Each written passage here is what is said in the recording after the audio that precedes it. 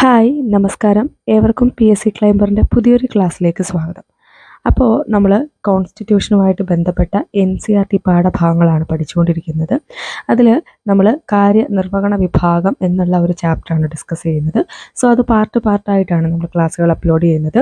കഴിഞ്ഞ ക്ലാസ്സിൽ നമ്മൾ ഡിസ്കസ് ചെയ്തത് ആ ഒരു കാര്യനിർവഹണ വിഭാഗത്തിൻ്റെ ക്ലാസിഫിക്കേഷനാണ്. അതായത് പൊളിറ്റിക്കൽ എക്സിക്യൂട്ടീവും ഉണ്ട്, അതേപോലെ തന്നെ പെർമനൻറ്റ് എക്സിക്യൂട്ടീവും ഉണ്ട്. അതേപോലെ നമ്മൾ കഴിഞ്ഞ ക്ലാസ്സിൽ പ്രധാനമായിട്ടും ഡിസ്കസ് ചെയ്തത് പ്രസിഡൻഷ്യൽ സിസ്റ്റം, പാർലമെൻ്ററി സിസ്റ്റം, അതേപോലെ സെമി പ്രസിഡൻഷ്യൽ സിസ്റ്റം. അപ്പോൾ ഇതിൽ നിന്ന് ക്വസ്റ്റ്യൻസ് ചോദിക്കാറുള്ള ഒരു മേഖല കൂടിയാണ് കേട്ടോ. അപ്പോൾ ഇന്നത്തെ ക്ലാസ്സിൽ നമ്മൾ ഡിസ്കസ് ചെയ്യാൻ പോകുന്നത്, നമ്മൾ പറഞ്ഞിരുന്നു, അതായത് കേന്ദ്ര കാര്യനിർവഹണ വിഭാഗത്തിൽ പ്രസിഡൻ്റ് ഉണ്ട്, അതേപോലെ വൈസ് പ്രസിഡന്റ്, അതായത് രാഷ്ട്രപതിയുണ്ട്, ഉപരാഷ്ട്രപതിയുണ്ട്, പിന്നെയോ പ്രൈം മിനിസ്റ്റർ അഥവാ പ്രധാനമന്ത്രിയുണ്ട്, അതേപോലെ മന്ത്രിസഭ. ഈ 4 ഘടകങ്ങൾ കൂടുന്നതാണ് കേന്ദ്ര കാര്യനിർവഹണ വിഭാഗം എന്ന് പറയുന്നത്. സോ ഈ ഓരോ ഘടകങ്ങളെപ്പറ്റി വളരെ ഡീറ്റെയിൽ ആയിട്ട് ഇന്നത്തെ ക്ലാസ്സിൽ നമ്മൾ പഠിക്കാൻ പോവുകയാണ്. NCERTയിൽ എന്തൊക്കെയാണ് പറയുന്നതെന്നുള്ളതാണ് നോക്കാൻ പോകുന്നത് കേട്ടോ. 10th ലെവൽ മുതലുള്ള എല്ലാ പരീക്ഷകളിലും 10th +2 അതേപോലെ ഡിഗ്രി ലെവൽ എക്സാമുകളിലൊക്കെ ഈ ഒരു ഭാഗം വളരെ ഇമ്പോർട്ടൻ്റ് ആണ്. സോ ആ ഒരു പ്രാധാന്യത്തോടു കൂടി നിങ്ങളിത് പഠിക്കുക. സോ നമുക്ക് ക്ലാസ് സ്റ്റാർട്ട് ചെയ്യാം. നമ്മൾ പറഞ്ഞത് കേന്ദ്ര കാര്യനിർവഹണ വിഭാഗവുമുണ്ട്, സംസ്ഥാന കാര്യനിർവഹണ വിഭാഗവുമുണ്ട്. കേന്ദ്ര കാര്യനിർവഹണ വിഭാഗത്തിൽ പ്രസിഡന്റ്, വൈസ് പ്രസിഡന്റ്, പ്രധാനമന്ത്രി, മന്ത്രിസഭ ഇവരൊക്കെയാണ് ഉൾക്കൊള്ളുന്നത്. എന്നാൽ സംസ്ഥാന കാര്യനിർവഹണ വിഭാഗത്തിലാണെങ്കിൽ ഗവർണറുണ്ട്, മുഖ്യമന്ത്രിയുണ്ട്, മന്ത്രിസഭയുണ്ട്. ഓക്കെ, അപ്പൊ നമുക്കിനി ഇന്ത്യൻ പ്രസിഡന്റിനെ പറ്റി വളരെ ഡീറ്റെയിൽ ആയിട്ട് നോക്കാം. ഭരണഘടനയുടെ 52-ാം ആർട്ടിക്കിൾ ഇന്ത്യൻ പ്രസിഡന്റിന്റെ പദവിയെ കുറിച്ച് പറയുന്നു. അപ്പൊ എന്താണ്? ഭരണഘടനയുടെ 52-ാമത്തെ ആർട്ടിക്കിളിലാണ് ഇന്ത്യൻ പ്രസിഡന്റിന്റെ പദവിയെ കുറിച്ച് പറയുന്നത്. കേന്ദ്ര എക്സിക്യൂട്ടീവിന്റെ തലവനാണ് പ്രസിഡന്റ്. സൈനിക വിഭാഗങ്ങളുടെ പരമോന്നതാധികാരമടക്കം കേന്ദ്ര ഗവൺമെന്റിന്റെ എല്ലാ എക്സിക്യൂട്ടീവ് അധികാരങ്ങളും അദ്ദേഹത്തിൽ നിക്ഷിപ്തമാണ്. അപ്പോ എന്താ പറഞ്ഞത്? കേന്ദ്ര എക്സിക്യൂട്ടീവിന്റെ തലവൻ ആരാണ്?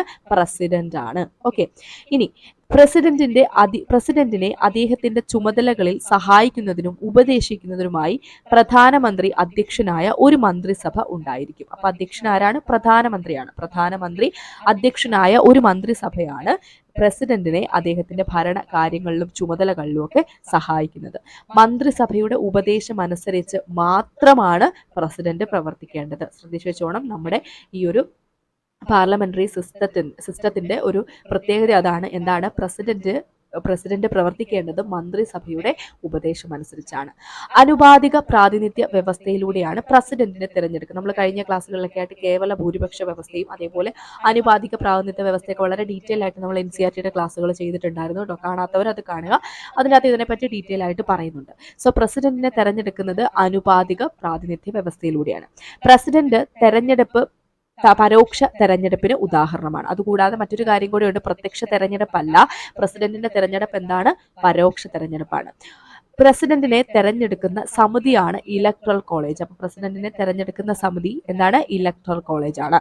ഇതിൽ പാർലമെന്റിലെ തെരഞ്ഞെടുക്കപ്പെട്ട അംഗങ്ങളും സംസ്ഥാന നിയമസഭകളിലെ തെരഞ്ഞെടുക്കപ്പെട്ട അംഗങ്ങളും ഡൽഹിയിലെയും പോണ്ടിച്ചേരിയിലെയും തെരഞ്ഞെടുക്കപ്പെട്ട അംഗങ്ങളും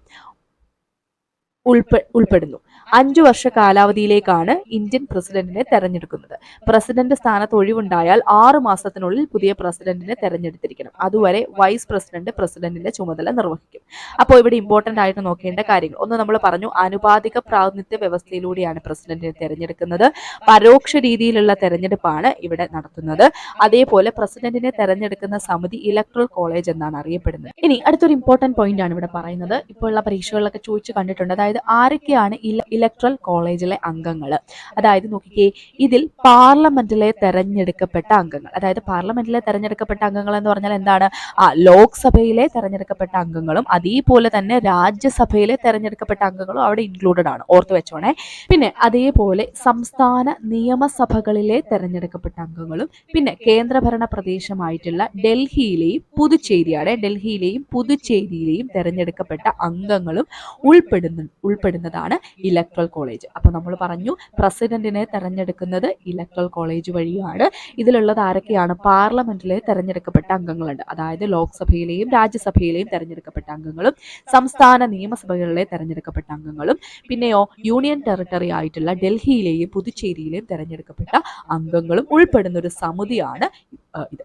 ഇനി 5 വർഷ കാലാവധിയിലേക്കാണ് ഇന്ത്യൻ പ്രസിഡന്റിനെ തെരഞ്ഞെടുക്കുന്നത്. എത്രയാണ്? 5 വർഷ കാലാവധിയിലേക്കാണ് തെരഞ്ഞെടുക്കുന്നത്. പ്രസിഡന്റ് സ്ഥാനത്ത് ഒഴിവുണ്ടായാൽ 6 മാസത്തിനുള്ളിൽ പുതിയ പ്രസിഡന്റിനെ തെരഞ്ഞെടുക്കണം. എത്രയാണ്? 6 മാസത്തിനുള്ളിൽ എന്ത് ചെയ്യണം? പുതിയ പ്രസിഡന്റിനെ തെരഞ്ഞെടുക്കണം. ആ 6 മാസം അല്ലെങ്കിൽ ആ പുതിയ പ്രസിഡന്റ് വരുന്നത് വരെ ആരായിരിക്കും ആ സ്ഥാനം അല്ലെങ്കിൽ ആ ചുമതല നിർവഹിക്കുന്നത്? വൈസ് പ്രസിഡന്റ് ആയിരിക്കും. ആരായിരിക്കും? വൈസ് പ്രസിഡന്റ് ആയിരിക്കും. അപ്പോൾ പ്രസിഡന്റുമായിട്ട് ബന്ധപ്പെട്ട് NCERT ബേസ് ചെയ്ത് പറഞ്ഞിട്ടുള്ള പോയിന്റുകൾ നമുക്ക് ഒന്നുകൂടി ഒന്ന് ഓർക്കാം. ഭരണഘടനയുടെ 52ാമത്തെ ആർട്ടിക്കിളാണ് പ്രസിഡന്റിന്റെ പദവിയെ കുറിച്ച് പറയുന്നത്. എത്രാമത്തെ ആർട്ടിക്കിളിലാണ്? 52ാമത്തെ ആർട്ടിക്കിളിലാണ്. അപ്പോൾ ഇന്ത്യക്കൊരു രാഷ്ട്രപതി ഉണ്ടായിരിക്കണം എന്ന് പറയുന്ന അനുച്ഛേദം ഏതാണ്? 52ആണ്. എന്നാൽ 54ാമത്തെ അനുച്ഛേദത്തിലാണ്, അതായത് ആർട്ടിക്കിൾ 54ലാണ് ഇന്ത്യൻ പ്രസിഡന്റിന്റെ തിരഞ്ഞെടുപ്പിനെ പറ്റി പറയുന്നത്. അപ്പൊ അത് രണ്ടും കൂടി ഒന്ന് ഇവിടെ പഠിച്ചു വെച്ചേക്ക് കേട്ടോ. 52ലാണ് പ്രസിഡന്റിന്റെ പദവി അല്ലെങ്കിൽ ഇന്ത്യക്കൊരു രാഷ്ട്രപതി വേണം എന്നുള്ളതിനെ പറ്റി പറയുന്നത്. 54ലാണ് ഇവരുടെ തിരഞ്ഞെടുപ്പിനെ പറ്റി പ്രതിപാദിക്കുന്നത്. പിന്നെ നമ്മൾ പറഞ്ഞു കേന്ദ്ര എക്സിക്യൂട്ടീവിന്റെ തലവനാണ് പ്രസിഡന്റ്.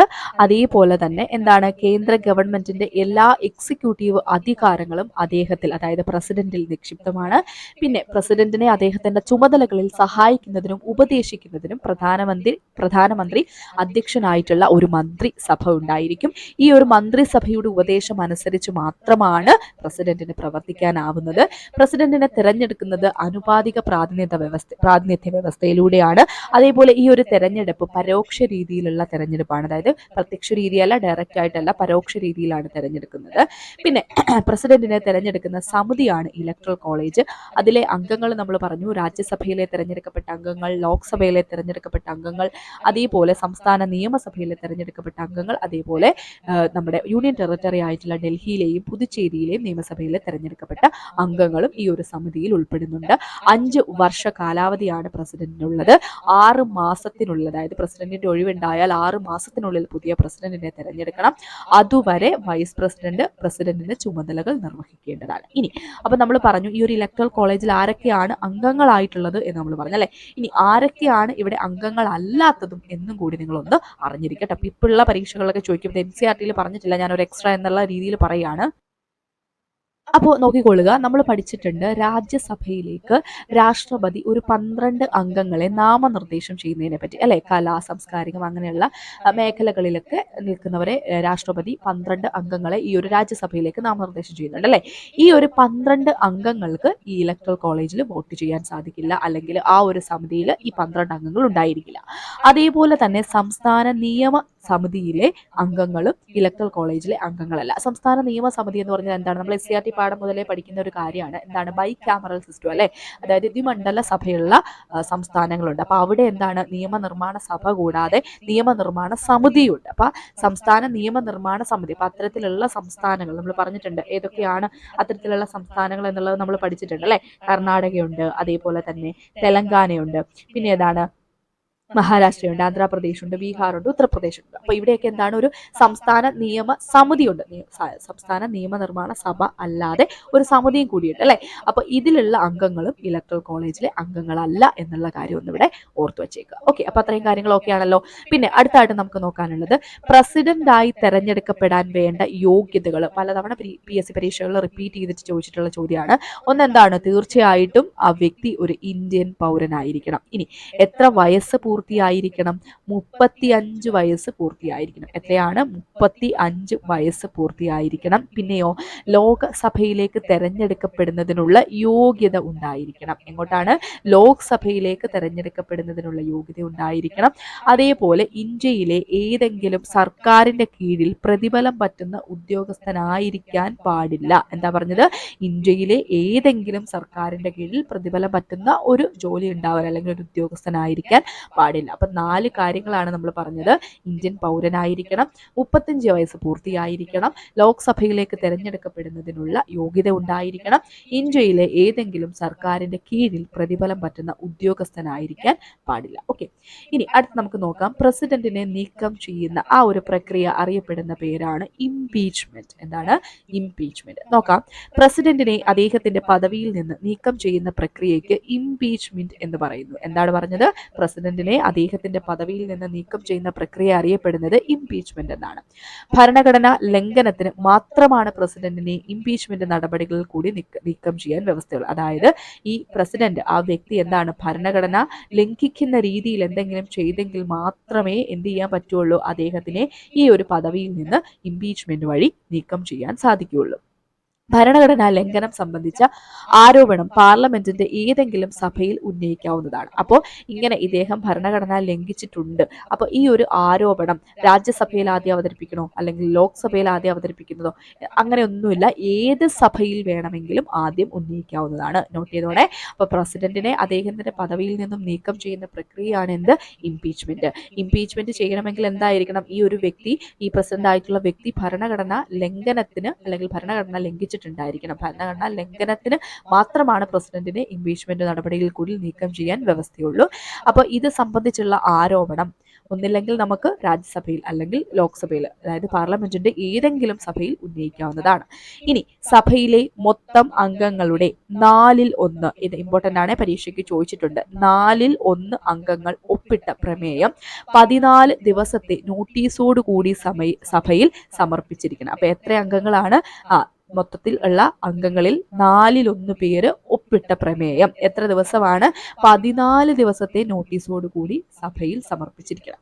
ഈ പ്രമേയം സഭയുടെ മൊത്തം അംഗസംഖ്യയിൽ 2/3 ഭൂരിപക്ഷത്തോടെ പാസ്സായിരിക്കണം. അപ്പൊ ശ്രദ്ധിക്കണേ, ഇവിടെ നമ്മൾ 1/4 പറയുന്നുണ്ട് അല്ലെങ്കിൽ 1/4 പറയുന്നുണ്ട്. അതായത് എന്താണ്, സഭയിലെ മൊത്തം അംഗങ്ങളുടെ 1/4 അംഗങ്ങൾ ഒപ്പിടണം ഈ പ്രമേയം.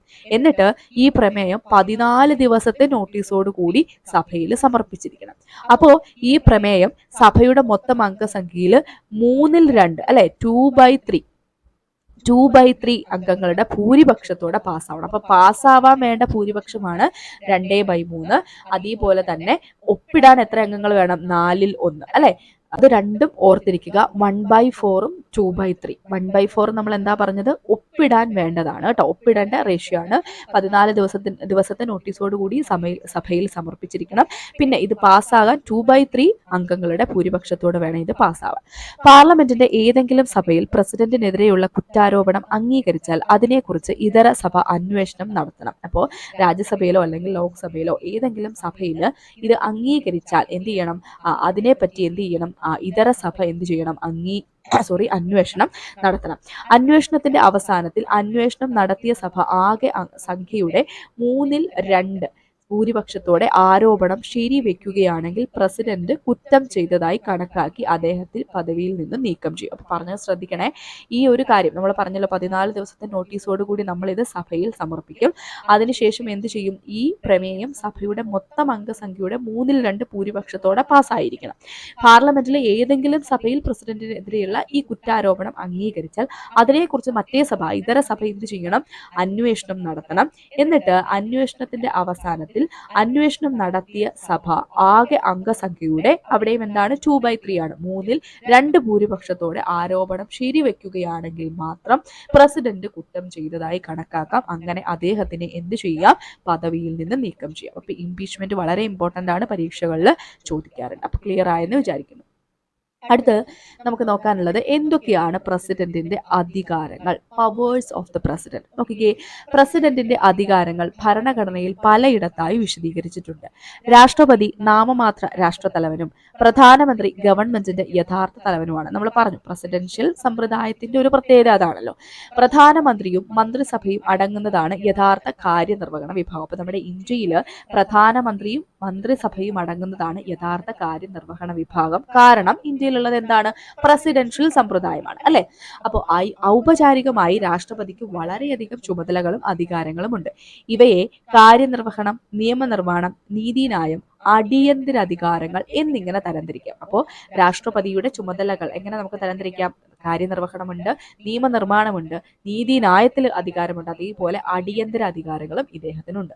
മന്ത്രിസഭയുടെ ഉപദേശം അനുസരിച്ചാണ് പ്രസിഡന്റ് പ്രവർത്തിക്കേണ്ടത്. എന്നാൽ ചില സന്ദർഭങ്ങളിൽ രാഷ്ട്രപതിക്ക് അദ്ദേഹത്തിന്റെ വിവേചന ബുദ്ധി ഉപയോഗിച്ച് പ്രവർത്തിക്കാം. അതിനെയാണ് വിവേചന അധികാരം എന്ന് വിളിക്കുന്നത്. അപ്പം ഇമ്പോർട്ടന്റ് ആണ്, നോട്ട് ചെയ്യണേ. നമ്മൾ പല തവണകളിലായിട്ട് പറഞ്ഞു, മന്ത്രിസഭയുടെ ഉപദേശം അനുസരിച്ച് മാത്രമാണ് രാഷ്ട്രപതി പ്രവർത്തിക്കേണ്ടത് അല്ലെങ്കിൽ പ്രസിഡന്റ് പ്രവർത്തിക്കേണ്ടത് ചെയ്യുന്നത് എന്ന് പറഞ്ഞാലും ചില സന്ദർഭങ്ങളിൽ എന്താണ് രാഷ്ട്രപതിക്ക് അദ്ദേഹത്തിന്റെ വിവേചന ബുദ്ധി ഉപയോഗിച്ച് പ്രവർത്തിക്കാം. അതിനെ നമ്മൾ വിവേചന അധികാരം എന്നാണ് വിളിക്കുന്നത്. അപ്പൊ ഇനി അടുത്തായിട്ട് നോക്കേണ്ടത് എന്താണ് പ്രസിഡന്റിന്റെ വിവേചന അധികാരങ്ങൾ നോക്കിക്കേ. ഭരണഘടനാപരമായി പ്രസിഡന്റിന് മന്ത്രിസഭയിൽ നിന്ന് എല്ലാ തീരുമാനങ്ങളെ കുറിച്ചും അറിയുവാനുള്ള അധികാരമുണ്ട്. ഇമ്പോർട്ടന്റ് ആണ്, നോട്ട് ചെയ്ത് വെക്കണേ. അതായത് ഭരണഘടനാപരമായിട്ട് പറഞ്ഞാൽ പ്രസിഡന്റിന് മന്ത്രിസഭയിൽ എടുക്കുന്ന എല്ലാ തീരുമാനങ്ങളെ കുറിച്ച് അറിയാനുള്ള അവകാശം അല്ലെങ്കിൽ അധികാരമുണ്ട്. രാജ്യത്തെ സംബന്ധിക്കുന്ന കാതലായ വിഷയങ്ങളിൽ പ്രസിഡന്റിന് അദ്ദേഹത്തിന്റെ അഭിപ്രായങ്ങൾ മന്ത്രിസഭയെ അറിയിക്കുവാനുള്ള അധികാരമുണ്ട്. അപ്പോൾ രാജ്യത്തെ സംഭവിക്കുന്ന പ്രധാനപ്പെട്ട വിഷയങ്ങളാണെങ്കിൽ അത്തരത്തിലുള്ള വിഷയങ്ങളിൽ എന്ത് ചെയ്യാം, പ്രസിഡന്റിന് അദ്ദേഹത്തിന്റെ അഭിപ്രായങ്ങൾ മന്ത്രിസഭയെ അറിയിക്കാം. ഇനി 3 പ്രത്യേക സാഹചര്യങ്ങൾ പ്രസിഡന്റിന് അദ്ദേഹത്തിന്റെ വിവേചന അധികാരം വിനിയോഗിക്കുവാനുള്ള അധികാരം ഭരണഘടന നൽകുന്നു. എത്ര സാഹചര്യങ്ങളാണ്? 3 സാഹചര്യങ്ങളാണ്. അപ്പോൾ വളരെ ഇമ്പോർട്ടന്റ് ആണ്, നോട്ട് ചെയ്ത് വെച്ചേക്കുക. നോക്കിക്കേ, മന്ത്രിസഭ നൽകിയ ഉപദേശം തിരിച്ചയക്കുവാനും അത് പുനഃപരിശോധിക്കുവാനും മന്ത്രിസഭയോട് ആവശ്യപ്പെടാൻ പ്രസിഡന്റിന് കഴിയും. ഇമ്പോർട്ടന്റ് ആണേ, ഓർത്ത് വെച്ചോണം.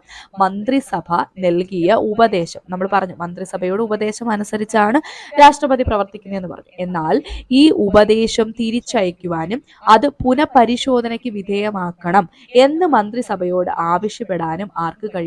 പ്രസിഡന്റിന് കഴിയും. ഇനി അടുത്ത പോയിന്റ് നോക്കിയേ.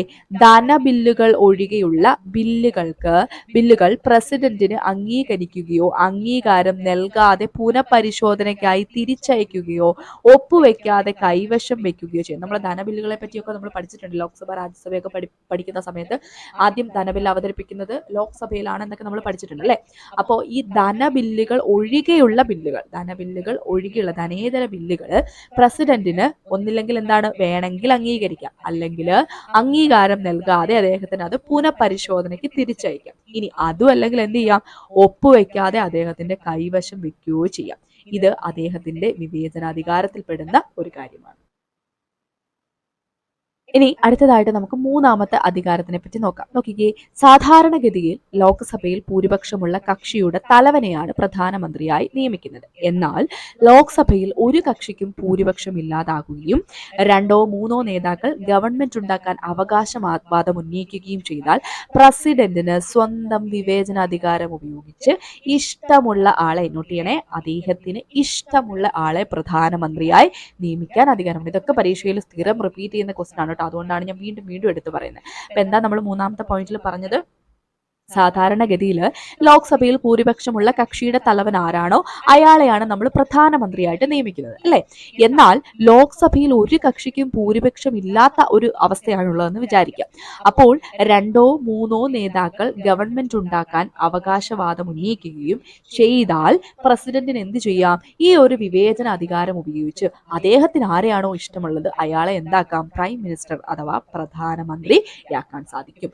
അപ്പോൾ നമ്മൾ പറഞ്ഞത് പ്രസിഡന്റിന്റെ വിവേചന അധികാരം 3 എണ്ണാണ് നമ്മൾ പറഞ്ഞത്. ഒന്നെന്താണ്, മന്ത്രിസഭ ഉപദേശം നൽകും അല്ലെ. ഈ ഉപദേശം തിരിച്ചയക്കാനും അത് പുനഃപരിശോധിക്കാനും മന്ത്രിസഭയോട് ആവശ്യപ്പെടാൻ പ്രസിഡന്റിന് കഴിയും. അതേപോലെ ധനബില്ലുകൾ ഒഴികെയുള്ള ധനബില്ലുകൾ തീർച്ചയായിട്ടും രാഷ്ട്രപതി ഒപ്പിടണം അല്ലെ.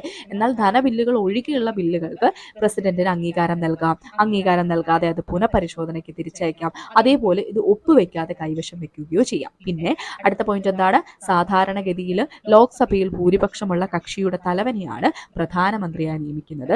എന്നാൽ ലോക്സഭയിൽ ഒരു കക്ഷിക്കും ഭൂരിപക്ഷം ഇല്ലാതാകുകയും 2ഓ 3ഓ നേതാക്കൾ ഗവൺമെന്റ് ഉണ്ടാക്കാൻ അവകാശവാദം ഉന്നയിക്കുകയും ചെയ്താൽ പ്രസിഡന്റിന് സ്വന്തം വിവേചനാധികാരം ഉപയോഗിച്ച് ഇഷ്ടമുള്ള ആളെ പ്രധാനമന്ത്രിയായിട്ട് നിയമിക്കാൻ അധികാരമുണ്ട്. ഓക്കെ അല്ലേ, അത്രയും പറഞ്ഞ കാര്യങ്ങൾ. സോ അപ്പൊ പ്രസിഡന്റുമായിട്ട് ബന്ധപ്പെട്ട എല്ലാ കാര്യങ്ങളും നമ്മൾ ക്രിസ്റ്റൽ ക്ലിയർ ആയിട്ട് പഠിച്ചിട്ടുണ്ട് അല്ലെ. അടുത്ത് നമുക്ക് വൈസ് പ്രസിഡന്റിനെ പറ്റി നോക്കാം. നോക്കിക്കൊള്ളുക, ഭരണഘടനയുടെ ആർട്ടിക്കിൾ 63 പ്രകാരം ഇന്ത്യക്ക് ഒരു വൈസ് പ്രസിഡന്റ് ഉണ്ടായിരിക്കും. എന്നാൽ പ്രസിഡന്റിന്റെ കാര്യത്തിൽ നമ്മൾ പറഞ്ഞു പ്രസിഡന്റ് വേണം, അതായത് ഇന്ത്യക്ക് ഒരു പ്രസിഡന്റ് വേണം എന്നതിനെ പറ്റി പറയുന്ന ആർട്ടിക്കിൾ 52 ആണ്. ഇന്ത്യക്ക് ഒരു വൈസ് പ്രസിഡന്റ് വേണം എന്ന് ഭരണഘടനയിൽ പറയുന്ന ആർട്ടിക്കിൾ ഏതാണ്? ആർട്ടിക്കിൾ 63 ആണ്. ഇനി ഈ വൈസ് പ്രസിഡന്റ് തെരഞ്ഞെടുപ്പ് രീതിയെ പറ്റി പറയുന്ന ആർട്ടിക്കിൾ ഏതാണെന്ന് ചോദിച്ചാൽ അത് ആർട്ടിക്കിൾ 66 ആണ്. ഓക്കെ, അപ്പം നമ്മൾ പ്രസിഡന്റിന്റെ തെരഞ്ഞെടുപ്പ് രീതിയെ പറ്റി പറയുന്ന ഏതാണ്? 54 ആണെന്ന് പറഞ്ഞു. അപ്പോൾ ഒന്ന് ഓർത്ത് നോക്കിക്കേ, ഇവിടെ കണ്ടോ, അതായത് 52 ആണെങ്കിൽ ആ 2 ഇതിന്റെ ഡബിൾ എടുത്താൽ മതി. എത്രയാണ്? 4. സോ 54. ഇവിടെയും നോക്കിക്കേ 63 ഉപരാഷ്ട്രപതി വേണമെന്ന് പറയുന്ന ആർട്ടിക്കിൾ. സോ അതിന്റെ ഉപരാഷ്ട്രപതിയുടെ തെരഞ്ഞെടുപ്പ് രീതിയെ പറ്റി പറയുന്ന 66. സോ 3ന്റെ ട്വൈസ് അല്ലെങ്കിൽ 3 × 2 എത്രയാണ്? 6. സോ 66 ആണ്. അങ്ങനെയൊക്കെ ഒന്ന് കണക്ട് ചെയ്ത് ഓർക്കുക കേട്ടോ. അപ്പോൾ ഭരണഘടനയുടെ ആർട്ടിക്കിൾ 63 പ്രകാരം ഇന്ത്യക്ക് ഒരു വൈസ് പ്രസിഡന്റ് ഉണ്ടായിരിക്കും. പിന്നെയോ പാർലമെന്റിന്റെ ഇരു സഭകളും ചേർന്ന ഇലക്ട്രൽ കോളേജാണ് വൈസ് പ്രസിഡന്റിനെ തെരഞ്ഞെടുക്കുന്നത്. അപ്പൊ നമ്മൾ മുമ്പ് പറഞ്ഞ പോലെ തന്നെ പ്രസിഡന്റിനെ തെരഞ്ഞെടുക്കുന്നതും ഇലക്ട്രൽ കോളേജ് വഴിയാണ്, അതേപോലെ വൈസ് പ്രസിഡന്റിനെ തെരഞ്ഞെടുക്കുന്നതും ഇലക്ട്രൽ കോളേജ് വഴിയാണ്. എന്നാൽ ഇതിലുള്ള അംഗങ്ങൾക്ക് വ്യത്യാസമുണ്ട് കേട്ടോ. ഈ ഒരു വൈസ് പ്രസിഡന്റിന്റെ കേസിലാണെങ്കിൽ എന്താണ്, നമ്മുടെ പാർലമെന്റിലെ എല്ലാ അംഗങ്ങൾക്കും ഈ ഒരു വൈസ് പ്രസിഡന്റിനെ തെരഞ്ഞെടുക്കുന്ന ഇലക്ട്രൽ കോളേജിലെ അംഗങ്ങളാണ് എന്നുള്ള കാര്യം ഓർക്കുക. ഇനി ഇവിടെ നമ്മുടെ വൈസ് പ്രസിഡന്റിനെ തെരഞ്ഞെടുക്കുന്നതും 5 വർഷ കാലയളവിലേക്കാണ്. എത്ര വർഷത്തേക്കാണ്? 5 വർഷത്തേക്കാണ് വൈസ് പ്രസിഡന്റിനെ തെരഞ്ഞെടുക്കുന്നത്. രാജ്യസഭയിലെ മൊത്തം അംഗങ്ങളിൽ ഭൂരിപക്ഷത്തിന്റെ പിന്തുണയോടെ അംഗീകരിക്കപ്പെടുന്ന പ്രമേയം ലോക്സഭ കൂടി അംഗീകരിച്ചാൽ വൈസ് പ്രസിഡന്റിനെ തൽസ്ഥാനത്തു നിന്ന് നീക്കം ചെയ്യാവുന്നതാണ്. നമ്മൾ രാഷ്ട്രപതിയെ നീക്കം ചെയ്യുന്ന ഇംപീച്ച്മെന്റ് എന്ന് പറയുന്ന പ്രോസസ്സിനെ പറ്റി വളരെ ഡീറ്റെയിൽ ആയിട്ട് പഠിച്ചു അല്ലെ. നമ്മൾ 1/4 2/3 ഒക്കെ ആ റേഷ്യോ ഒക്കെ പറഞ്ഞു പഠിച്ചു. അത് കൃത്യമായിട്ട് ഓർത്ത് വെച്ചേക്കണം. ഇവിടെ സിമ്പിൾ ആയിട്ട് ഓർക്കാവുന്നതേ ഉള്ളൂ. അതായത് എന്താണ്, രാജ്യസഭയിലെ മൊത്തം അംഗങ്ങളിൽ ഭൂരിപക്ഷത്തിന്റെ പിന്തുണയുണ്ടെങ്കിലും അങ്ങനെ ആ ഭൂരിപക്ഷം അംഗീകരിക്കപ്പെടുന്ന ആ പ്രമേയവും അതേപോലെ ലോക്സഭ കൂടി അംഗീകരിച്ചാൽ ആ ഒരു പ്രമേയം ലോക്സഭ കൂടി അംഗീകരിച്ചു കഴിഞ്ഞാൽ വൈസ് പ്രസിഡന്റിനെ നമുക്ക് ആ ഒരു സ്ഥാനത്ത് നിന്ന് നീക്കം ചെയ്യാം. വൈസ് പ്രസിഡന്റിനെ നീക്കം ചെയ്യാനുള്ള പ്രമേയ അവതരണത്തിന് 14 ദിവസത്തെ മുൻകൂർ നോട്ടീസ് നൽകിയിരിക്കണം. എത്ര ദിവസത്തെയാണ്? 14 ദിവസത്തെയാണെന്ന് ഓർത്തേക്കുക. വൈസ് പ്രസിഡന്റിനെ നീക്കം ചെയ്യാനുള്ള പ്രമേയ അവതരണത്തിന് 14 ദിവസത്തെ മുൻകൂർ നോട്ടീസ് നൽകിയിരിക്കണം. ഇനി ഇവിടെ കൊടുത്തിട്ടുണ്ട് ഡോക്ടർ എസ് രാധാകൃഷ്ണനാണ് നമ്മുടെ ആദ്യ ഇന്ത്യൻ വൈസ് പ്രസിഡന്റ്. അതേപോലെ ഇവിടെ നമ്മൾ പറയാൻ വിട്ടുപോയിട്ടുണ്ടായിരുന്നു, ആദ്യത്തെ പ്രസിഡന്റ്, അതായത് ഇന്ത്യയുടെ ആദ്യത്തെ രാഷ്ട്രപതി ആരാണ്? അത് ഡോക്ടർ രാജേന്ദ്ര പ്രസാദാണ്. സോ ഡോക്ടർ രാജേന്ദ്ര പ്രസാദാണ് ആദ്യ രാഷ്ട്രപതി. അതേപോലെ തന്നെ ഡോക്ടർ എസ് രാധാകൃഷ്ണനാണ് ആദ്യ വൈസ് പ്രസിഡന്റ് അല്ലെങ്കിൽ ആദ്യ ഉപരാഷ്ട്രപതി. ഇനി അടുത്തായിട്ട് നമുക്ക് നോക്കാനുള്ളത് വൈസ് പ്രസിഡന്റായി തെരഞ്ഞെടുക്കപ്പെടാൻ വേണ്ട യോഗ്യതകൾ എന്തൊക്കെയാണ്? ഇന്ത്യൻ പൗരനായിരിക്കണം. രാഷ്ട്രപതിയുടേതുപോലെ തന്നെ സെയിം ആണ് അല്ലെ, ഇന്ത്യൻ പൗരനായിരിക്കണം. പിന്നെ രാഷ്ട്രപതിയുടേതുപോലെ തന്നെ 35 വയസ്സ് പൂർത്തിയായിരിക്കണം. പിന്നെയോ രാജ്യസഭയിൽ അംഗമാകുന്നതിനുള്ള യോഗ്യത ഉണ്ടായിരിക്കണം. നമ്മുടെ രാഷ്ട്രപതിയുടെ കേസിൽ എന്താണ് പറഞ്ഞത്? ലോക്സഭയിലേക്ക് തെരഞ്ഞെടുക്കപ്പെടുന്നതിനുള്ള യോഗ്യത ഉണ്ടായിരിക്കണം എന്നാ പറഞ്ഞത് അല്ലെ. എന്നാൽ ഉപരാഷ്ട്രപതിയുടെ കേസിലേക്ക് വരുമ്പോഴത്തേക്കും എന്താ പറയുന്നത്? രാജ്യസഭയിൽ അംഗമായിരിക്കുന്നതിനുള്ള യോഗ്യത ഉണ്ടായിരിക്കണം. പിന്നെ ഇന്ത്യയിലെ ഏതെങ്കിലും സർക്കാരിന്റെ കീഴിലുള്ള പ്രതിഫലം പറ്റുന്ന ഉദ്യോഗസ്ഥനായിരിക്കാൻ പാടില്ല എന്നുള്ള ഒരു നിബന്ധന കൂടിയുണ്ട്. അപ്പോൾ രാഷ്ട്രപതിയുടെ ആണെങ്കിലും ഉപരാഷ്ട്രപതിയുടെ ആണെങ്കിലും സെയിം ആയിട്ടുള്ള 3 കാര്യങ്ങളുണ്ട്. അവിടെ ഡിഫറെന്റ് ആയിട്ട് വരുന്ന ഒരു കാര്യമുള്ളത്, ലോക്സഭയിലെ അംഗമാവാനുള്ള യോഗ്യത ആയിരിക്കണം രാഷ്ട്രപതിയായിട്ട് തെരഞ്ഞെടുക്കപ്പെടുന്ന വ്യക്തിക്ക് ഉണ്ടായിരിക്കേണ്ടത്. എന്നാൽ രാജ്യസഭയിലെ അംഗമാകുന്നതിനുള്ള യോഗ്യതയാണ് ഉപരാഷ്ട്രപതിയായിട്ട് അല്ലെങ്കിൽ വൈസ് പ്രസിഡന്റ് ആയിട്ട് തെരഞ്ഞെടുക്കപ്പെടുന്ന അംഗങ്ങൾക്ക് ഉണ്ടായിരിക്കേണ്ടത്. ബാക്കി കാര്യങ്ങളൊക്കെ സെയിം. എന്താണ്? ഇന്ത്യൻ പൗരനായിരിക്കണം, 35 വയസ്സ് പൂർത്തിയായിരിക്കണം, ഇന്ത്യയിലെ ഏതെങ്കിലും സർക്കാരിന്റെ കീഴിൽ പ്രതിഫലം പറ്റുന്ന ഉദ്യോഗസ്ഥനായിരിക്കാൻ പാടില്ല. ഓക്കെ അല്ലേ? ഇനി അപ്പോൾ അടുത്തായിട്ട് നമുക്ക് നോക്കാനുള്ളത് വൈസ് പ്രസിഡന്റിന്റെ ചുമതലകൾ എന്തൊക്കെയാണ്? ഒന്നെന്താണ്? രാജ്യസഭയുടെ എക്സ് ഒഫീഷ്യോ ചെയർമാനാണ് വൈസ് പ്രസിഡന്റ്. ഏതിന്റെയാണ്? രാജ്യസഭയുടെ എക്സ് ഒഫീഷ്യോ ചെയർമാൻ ആരാണ്? വൈസ് പ്രസിഡന്റ് ആണ്. പിന്നെ രാജ്യസഭാ സമ്മേളനത്തിന്റെ അധ്യക്ഷത വഹിക്കുന്നത് ആരാണ്? വൈസ് പ്രസിഡന്റ് ആണ്. ലോക്സഭാ സമ്മേളനത്തിന്റെ അധ്യക്ഷത വഹിക്കുന്നത് നമ്മൾ പറഞ്ഞിട്ടുണ്ട്, സ്പീക്കറാണ് അല്ലെ, ലോക്സഭയുടെ അധ്യക്ഷത വഹിക്കുന്നത്. ഓക്കെ, അപ്പോൾ രാജ്യസഭയുടെ എക്സ് ഒഫീഷ്യോ ചെയർമാനാണ്, രാജ്യസഭാ സമ്മേളനത്തിൽ അധ്യക്ഷത വഹിക്കുന്ന വ്യക്തിയാണ്. ഇനി മരണം, രാജി, ഇംപീച്ച്മെന്റ് എന്നീ കാരണങ്ങളാൽ പ്രസിഡന്റ് പദവിയിൽ ഒഴിവുണ്ടാകുമ്പോൾ പ്രസിഡന്റിന്റെ ചുമതല വഹിക്കുന്ന വ്യക്തി ആരാണ്? വൈസ് പ്രസിഡന്റ് ആണ്. മരണം, രാജി, ഇംപീച്ച്മെന്റ് ഈ കാരണങ്ങളാൽ പ്രസിഡന്റ് പദവിയിൽ ഒഴിവുണ്ടാകുമ്പോൾ പ്രസിഡന്റിന്റെ ചുമതല വഹിക്കുന്നത് ആരാണ്? വൈസ് പ്രസിഡന്റ് ആണ്. 6 മാസത്തിനുള്ളിൽ പുതിയ പ്രസിഡന്റിനെ തെരഞ്ഞെടുക്കുന്നത് വരെ അദ്ദേഹം ആ സ്ഥാനത്ത് തുടരും. നമ്മളതൊക്കെ പറഞ്ഞാണ് അല്ലെ. ഇനി അസുഖത്താലോ മറ്റേതെങ്കിലും കാരണത്താലോ പ്രസിഡന്റിന്റെ അഭാവം ഉണ്ടാകുമ്പോൾ പ്രസിഡന്റായി പ്രവർത്തിക്കുക. അപ്പോൾ 5 പോയിന്റുകളാണ് ഇവിടെ പറയാനുള്ളത്. വൈസ് പ്രസിഡന്റിന്റെ ചുമതലകളിൽ വരുന്നത് എന്തൊക്കെയാണ്? രാജ്യസഭയുടെ എക്സ് ഒഫീഷ്യോ ചെയർമാനാണ് വൈസ് പ്രസിഡന്റ്. അതേപോലെ രാജ്യസഭാ സമ്മേളനങ്ങളിൽ അധ്യക്ഷത വഹിക്കുന്നു. പിന്നെയോ മരണം, രാജി, ഇംപീച്ച്മെന്റ് എന്നീ കാരണങ്ങളാൽ പ്രസിഡന്റ് പദവിയിൽ ഒഴിവുണ്ടാകുമ്പോൾ കഴിയുമ്പോൾ പ്രസിഡന്റിന്റെ ചുമതല നിർവഹിക്കുന്നു. അതേപോലെ 6 മാസത്തിനുള്ളിൽ പുതിയ പ്രസിഡന്റിനെ തെരഞ്ഞെടുക്കുന്നത് വരെ അദ്ദേഹം ആ സ്ഥാനത്ത് തുടരും. അസുഖത്താലോ മറ്റേതെങ്കിലും കാരണത്താലോ പ്രസിഡന്റിന്റെ അഭാവം ഉണ്ടാകുമ്പോൾ ഇദ്ദേഹമാണ് പ്രസിഡന്റായിട്ട് പ്രവർത്തിക്കേണ്ടത്. ഓക്കെ, അപ്പൊ അത്രയും കാര്യങ്ങളാണ് വൈസ് പ്രസിഡന്റിനെ പറ്റി പറയാനുള്ളത്. ഇനി അടുത്തായിട്ട് നമുക്കുള്ളത് എന്താണ്? പ്രധാനമന്ത്രിയും മന്ത്രിസഭയുമാണ്. നോക്കാം പ്രധാനമന്ത്രി അല്ലെങ്കിൽ പ്രൈം മിനിസ്റ്ററിനെ പറ്റി. ജനങ്ങളുടെ കണ്ണിൽ സർക്കാർ എന്നാൽ എന്താണ്? പ്രധാനമന്ത്രിയാണ് അല്ലെ. നമുക്കൊക്കെ കൂടുതൽ ഫെമിലിയർ ആയിട്ടുള്ള ആരാണ്? പ്രധാനമന്ത്രിയാണ്. ഇനി പാർലമെന്ററി സമ്പ്രദായത്തിൽ പ്രധാനമന്ത്രിക്കുള്ള പ്രാധാന്യം കാരണം ചില നിരീക്ഷകർ പ്രൈം മിനിസ്റ്റീരിയൽ ഗവൺമെന്റ് എന്ന് വിശേഷിപ്പിക്കാറുണ്ട്. അപ്പോൾ ഈ ഒരു പ്രൈം മിനിസ്റ്ററിന്റെ ആ ഒരു പ്രാധാന്യം കൊണ്ട് തന്നെ ചില നിരീക്ഷകർ പ്രൈം മിനിസ്റ്റീരിയൽ ഗവൺമെന്റ് എന്ന് വിശേഷിപ്പിക്കാറുണ്ട്. പ്രസിഡന്റിനെ സഹായിക്കുന്നതിനും ഉപദേശിക്കുന്നതിനുമുള്ള മന്ത്രിസഭയുടെ തലവനായാണ് ഇന്ത്യൻ ഭരണഘടന പ്രധാനമന്ത്രിയെ കാണുന്നത്. പ്രസിഡന്റാണ് അദ്ദേഹത്തെ നിയമിക്കുന്നത്. അപ്പൊ പ്രധാനമന്ത്രിയെ, പ്രൈം മിനിസ്റ്ററിനെ നിയമിക്കുന്നത് ആരാണ്? പ്രസിഡന്റ് ആണ്. ലോകസഭയിലെ ഭൂരിപക്ഷ കക്ഷിയുടെയോ കൂട്ടുകക്ഷിയുടെയോ നേതാവിനെയാണ് സർക്കാർ ഉണ്ടാക്കുന്നതിന് പ്രസിഡന്റ് ക്ഷണിക്കുന്നത്. എന്താണ്? ലോക്സഭയിലാണ് എന്നുള്ള കാര്യം ഓർക്കണേ. ലോക്സഭയിലെ ഭൂരിപക്ഷ കക്ഷിയുടെയോ കൂട്ടുകക്ഷിയുടെയോ നേതാവിനെയാണ് സർക്കാർ ഉണ്ടാക്കുന്നതിന് പ്രസിഡന്റ് ക്ഷണിക്കുന്നത്. നമ്മുടെ ആദ്യ പ്രധാനമന്ത്രി ആരാണ്? ഇവിടെ കൊടുത്തിട്ടുണ്ട് ആരാണ്? ജവഹർലാൽ നെഹ്റു ആണ്. ഓർത്തു വെച്ചേക്കണേ. ഇനി ഭരണഘടന അനുസരിച്ച് പ്രധാനമന്ത്രിയുടെ ചുമതലകൾ എന്തൊക്കെയാണ് എന്നുള്ളത് താഴെ പറയുന്നുണ്ട്, നോക്കിക്കൊള്ളുക. ഒന്നാണ് നിയമനിർമ്മാണ നിർദ്ദേശങ്ങളും ഭരണ നിർവഹണവും സംബന്ധിച്ച എല്ലാ മന്ത്രിസഭാ ചർച്ചകളും പ്രസിഡന്റിനെ അറിയിക്കണം. എന്താണ്? നിയമനിർമ്മാണ നിർദ്ദേശങ്ങളും അതേപോലെ ഭരണ നിർവഹണവും സംബന്ധിച്ചുള്ള എല്ലാ മന്ത്രിസഭാ ചർച്ചകളും പ്രസിഡന്റിനെ അറിയിക്കണം. അടുത്തതോ, ഭരണവും നിയമനിർമ്മാണവും സംബന്ധിച്ച് പ്രസിഡന്റ് ആവശ്യപ്പെടുന്ന വിശദാംശങ്ങൾ നൽകാൻ ആര് ബാധ്യസ്ഥനാണ്? Prime minister ബാധ്യസ്ഥനാണ്. ഇനി ഏതെങ്കിലും വിഷയത്തിൽ ഒരു മന്ത്രി ഒറ്റയ്ക്കെടുക്കുന്ന തീരുമാനങ്ങൾ പ്രസിഡന്റ് ആവശ്യപ്പെട്ടാൽ മന്ത്രിസഭയുടെ പരിഗണനയ്ക്കായി സമർപ്പിക്കണം. അതായത് ഏതെങ്കിലും വിഷയത്തിൽ ഒരു മന്ത്രി എന്താണ് ഒറ്റയ്ക്കൊരു തീരുമാനം എടുത്തെന്ന് വിചാരിക്കുക. അത് പ്രസിഡന്റ് ആവശ്യപ്പെട്ടാൽ എന്ത് ചെയ്യണം? മന്ത്രിസഭയുടെ പരിഗണനയ്ക്കായിട്ട് സമർപ്പിക്കണം. ഓക്കെ, അപ്പൊ ഇത്രയും കാര്യങ്ങളാണ് എന്ത് പ്രൈം മിനിസ്റ്ററിന്റെ ഫങ്ഷൻസ് ആയിട്ട് വരുന്നത്. ഇനി പ്രധാനമന്ത്രിയും മന്ത്രിസഭയും നോക്കിക്കൊള്ളുക. പ്രധാനമന്ത്രിയുടെ അധികാരങ്ങളും ചുമതലകളും പറയുക. ലോക്സഭ പിരിച്ചുവിടാൻ പ്രസിഡന്റിനെ ഉപദേശിക്കാൻ ആർക്കാവും? പ്രധാനമന്ത്രിക്കാവും. സർക്കാർ നയങ്ങൾ വിശദീകരിക്കുന്നു, പ്രതിരോധിക്കുന്നു. ചെയർമാൻ, അതായത് നീതി ആയോഗിന്റെ ചെയർമാനായിട്ട് പ്രവർത്തിക്കുന്നത് ആരാണ്? പ്രധാനമന്ത്രിയാണ്. മന്ത്രിസഭ അധ്യക്ഷനായിട്ട് പ്രവർത്തിക്കുന്നത് പ്രധാനമന്ത്രിയാണ്. അപ്പോൾ ലോക്സഭ പിരിച്ചുവിടാൻ പ്രസിഡന്റിനെ ഉപദേശിക്കുന്നു, സർക്കാർ നയങ്ങൾ വിശദീകരിക്കുന്നു, അതിനെ പ്രതിരോധിക്കാനാവുന്നു. നീതി ആയോഗിന്റെ ചെയർമാൻ പ്രൈം മിനിസ്റ്റർ അല്ലെങ്കിൽ പ്രധാനമന്ത്രിയാണ്. മന്ത്രിസഭ അധ്യക്ഷനാണ് അദ്ദേഹം.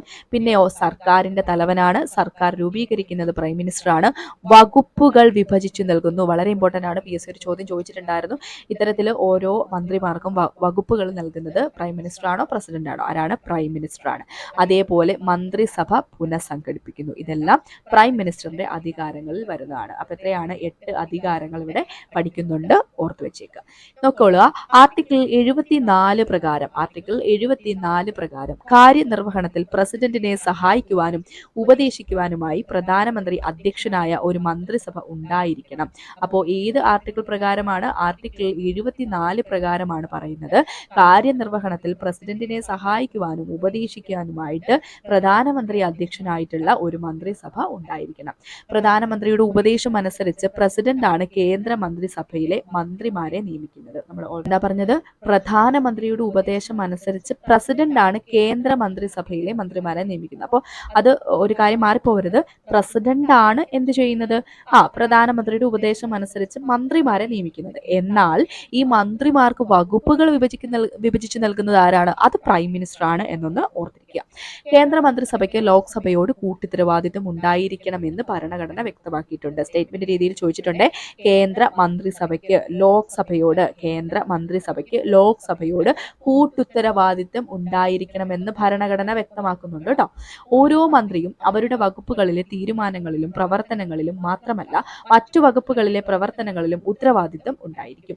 ഒരു മന്ത്രിക്ക് മറ്റു വകുപ്പുകളിലെ പ്രവർത്തനങ്ങളെക്കുറിച്ച് അഭിപ്രായ വ്യത്യാസമുണ്ടെങ്കിൽ അത് മന്ത്രിസഭാ യോഗത്തിൽ ഉന്നയിച്ചിരിക്കണം. മന്ത്രിസഭാ യോഗത്തിന്റെ തീരുമാനങ്ങൾ എല്ലാ മന്ത്രിമാരും അനുസരിക്കുവാനും ന്യായീകരിക്കുവാനും ബാധ്യസ്ഥരായിരിക്കും. ഏതെങ്കിലും മന്ത്രി അല്ലെങ്കിൽ മന്ത്രിസഭാ തീരുമാനങ്ങളോട് യോജിക്കുന്നില്ലെങ്കിൽ അവർ മന്ത്രിസഭയിൽ മന്ത്രിസഭയിൽ നിന്ന് രാജിവെച്ചു പോകണം. അപ്പോൾ ഒരു മന്ത്രി മന്ത്രിസഭയുടെ തീരുമാനത്തിനോട് യോജിക്കണില്ലെങ്കിൽ എന്ത് ചെയ്യണം? അവർ മന്ത്രിസഭയിൽ നിന്ന് രാജിവെക്കണം. ഇനി വിവിധ തരം മന്ത്രിമാരെ പറ്റി ഇവിടെ പറയുന്നുണ്ട്. ക്യാബിനറ്റ് മന്ത്രിമാരുണ്ട്, സഹമന്ത്രിമാരുണ്ട്, ഉപമന്ത്രിമാരുണ്ട്. അപ്പൊ നോട്ട് ചെയ്ത് വെച്ചോണേ. ക്യാബിനറ്റ് മന്ത്രിമാരെന്ന് പറഞ്ഞാൽ എന്താണ്? മന്ത്രിസഭയിൽ ക്യാബിനറ്റ് റാങ്കും വകുപ്പുകളുടെ പൂർണ്ണ ചുമതലയുമുള്ള മന്ത്രിമാരടങ്ങിയ സമിതിയാണ് എന്ത്?